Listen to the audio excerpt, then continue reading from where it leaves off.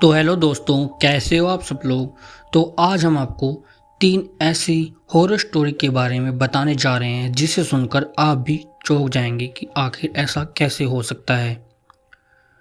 अगर आपके पास आपकी रियल लाइफ में भी अगर आपको गोस्ट एक्सपीरियंस यानी कि आपको भूत का सामना हुआ है या आपकी एक ऐसी स्टोरी है जिसे आप बताना चाहते हैं, तो आप हमें अपनी स्टोरी को भेज सकते हैं। आप अपनी स्टोरी भेजने के लिए हमें इंस्टाग्राम पे भी कांटेक्ट कर सकते हैं। लिंक को डिस्क्रिप्शन के अंदर दी गई है, तो अपनी स्टोरी को ज़रूर शेयर कीजिएगा। तो चलिए शुरू करते हैं आज की हमारी स्टोरी को। खंडर का रहस्य। कभी यह स्थान खूबसूरत हुआ करता था और आज यह स्थान एक खंडर के अलावा और कुछ नहीं है। पहले के लोग कहते हैं कि कभी यहाँ पर राजा विक्रम सिंह का किला हुआ करता था और विक्रम सिंह अपनी प्रजा के साथ और अपने परिवार के साथ यहाँ पर राज्य किया करते थे। आपने सुना ही होगा राजस्थान में मानगढ़ का नाम। लोग कहते हैं कि दुनिया में 10 से 15 जगह ऐसी हैं जिसे लोग भूतिया के नाम से जानते हैं। इनमें से 3 से 4 जगह ही जयपुर में हैं और आपने यह भी सुना होगा कि वहाँ अभी भी जाने से लोग डरते हैं। एक बार की बात है, करीब 30 साल पुरानी, जब वहाँ पर दूसरे राजा ने हमला कर दिया था और वहाँ राज्य जीत लिया। तब वहाँ की औरत के साथ दुर्व्यवहार करने की कोशिश की थी और वहाँ के राजा विक्रम सिंह ने लड़ते लड़ते अपनी जान गंवा दी और उस राजा को भी मार डाला। तब से आज भी कोई रात के बाद वहाँ पर नहीं जाता। यहाँ तक कि लोग लगता है कि रात में कोई महफिल सजती है और ज़ोर ज़ोर से घुंघरू बजने की आवाज़ भी आती है। कोई लोग तो यह भी कहते हैं कि राजा विक्रम सिंह आज भी वहाँ रात को आते हैं और अपनी रानियों के साथ बैठकर नर्तकियों के नाच देखते हैं। वहाँ के लोग भूलकर भी उस खंडर के पास दिन में भी नहीं जाते, क्योंकि कोई बोलता है कि कभी कभी वहाँ पर औरत या फिर कोई पुरुष दिखाई देता है जो रात को या फिर दिन में भी रखवाली करता है। आज भी वहाँ पर दिन ढलने के बाद लोगों का उधर आना जाना बंद हो जाता है। तब वहाँ पर कुछ पत्रकार लोग पहुँचते हैं। उन लोगों के साथ भी कुछ अजीबोगरीब घटना होती है।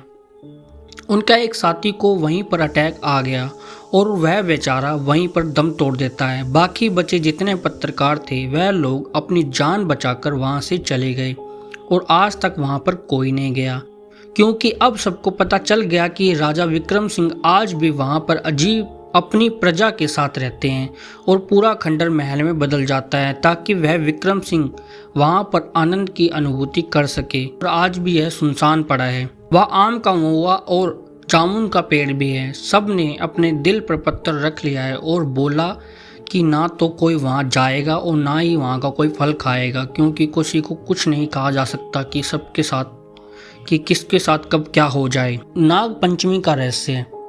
आज एक बात मैं आप लोगों को बताने जा रही हूँ जो बात सुनकर आप भी दंग रह जाओगे। एक समय की बात है जब मैं और हम लोग नए नए कपड़े पहनकर बगियों में झूला झूल रहे थे और हमारे गांव के लड़के पेंगा मार रहे थे। नीचे बैठी हुई औरतें बच्चे सब हंसी खुशी से गाना गा रहे थे और छोटे छोटे बच्चे तो नाच भी रहे थे, क्योंकि इसको भारत में बहुत बड़ा त्यौहार माना जाता है। हम लोग कपड़े की गुड़िया गुड्डा बनाते हैं और सारे भाई मिलकर उसे पीटते हैं। इस दिन गुजिया, गुलगुला, पूरी, कचौरी आदि तरह के नए नए पकवान बनाए जाते हैं और सारी लड़कियां इस दिन अपने ससुराल से मायके आ जाते हैं। पूरे दिन हम लोग बग्गियों में पेड़ पर झूला डालकर झूलते हैं। एक टोली के बाद दूसरी टोली झूला झूलने के लिए तैयार रहती है। यह तब की बात है, झूला झूलते झूलते दोपहर हो गई। अब नीचे बैठी औरतें अपने अपने घर पर खाना खाने चले गई और 3 या 4 लड़के और लड़कियां ही बचे हुए थे। उस समय हमारी 4 सहेलियां झूला पर बैठी झूला झूल रही थी जब कुछ लड़के अचानक वहां पर आए और बोले कि आप लोग भी घर जाकर खाना खाओ। तब तक मैं आपकी बहनों को झूला झुला रहा हूँ और जो 3 लड़के बचे थे वह भी अपने घर चले गए और बोला कि थोड़ी देर में आ जाऊँगा, तब तक आप लोग इनके साथ झूला झूलो। तीन सहेलियां झूला झूलने में व्यस्त थी और गाना भी गा रही थी। उसी समय मेरी एक सहेली ने बोला कि इनमें से एक लड़का जो पैगाम मार रहा है, कभी उसका सिर आगे आता है और कभी उसका पेट। हमको तो यह तक लगता है कि कभी कभी उसका दांत भी बाहर आ जाता है। हमने बोला कि तुम बहुत थक गई हो, शायद इसीलिए तुमको ऐसा दिख रहा होगा। कोई ने उसकी बात पर विश्वास नहीं किया। तब तक मेरी दूसरी सहेली ने भी यही बोला। तो मैंने बोला भैया आप लोग झूला रोक दो, हम लोग शाम को झूलेंगे। तभी वह लोग ज़ोर ज़ोर से हंसने लगते हैं और बोला आप चारों सहेलियां अब मेरे साथ मेरी दुनिया में चलोगे। इतना सुनकर हम लोग ज़ोर ज़ोर से रोने और चिल्लाने लगते हैं। तभी वहाँ पर एक माली काका आ गए और उन्होंने हम लोगों को देखा तो सारी बात समझ गए और ज़ोर ज़ोर से वहाँ मरते जिन का जाप करने लगे और माता जी का जयकारा लगाने लगे।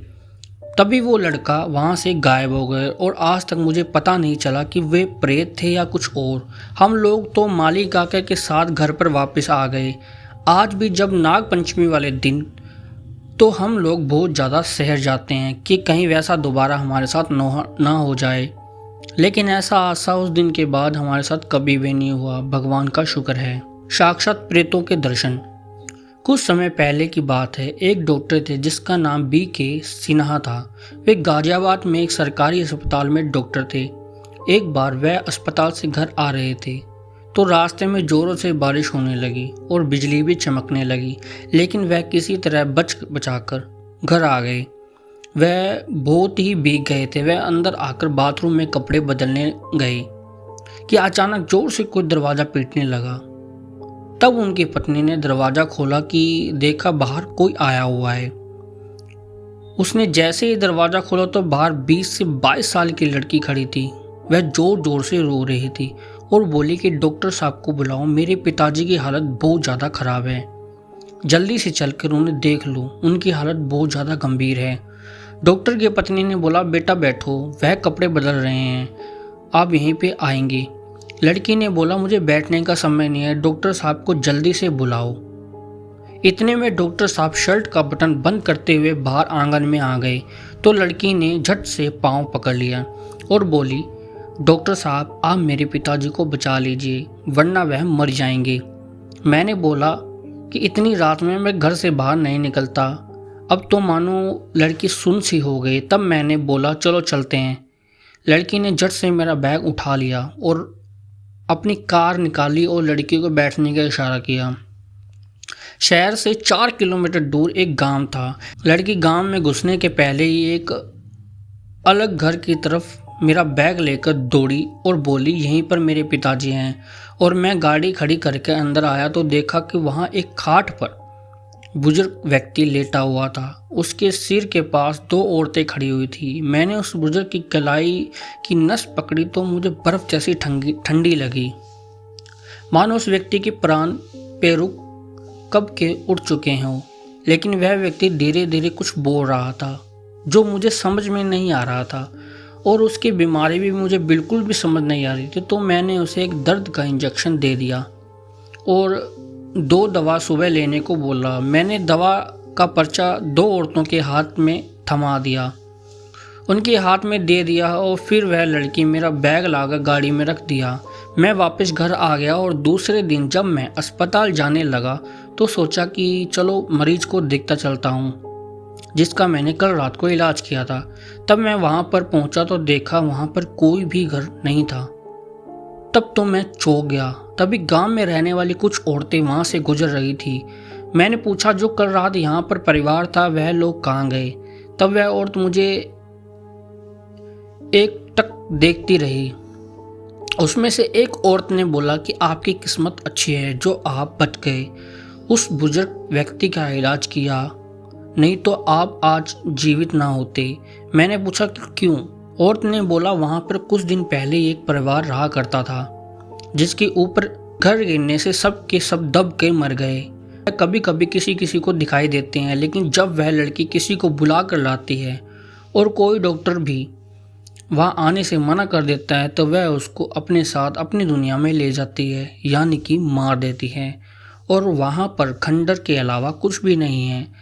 गांव से यह कुछ दूरी पर है। कुछ दिन बाद मेरा ट्रांसफ़र लखनऊ में हो गया तो मैं यह बात अपने परिवार को बताई। मैं आज भी उस किस्से के बारे में सोचता हूँ तो मेरे हाथ पैर ठंडे पड़ जाते हैं, दिमाग काम करना बंद कर जाता है, क्योंकि मैंने साक्षात प्रेतों को देखा था। तो आज की स्टोरी इतना ही। आप कमेंट करके ज़रूर बताइएगा कि आज की स्टोरी आपको कैसी लगी। Thank you so much.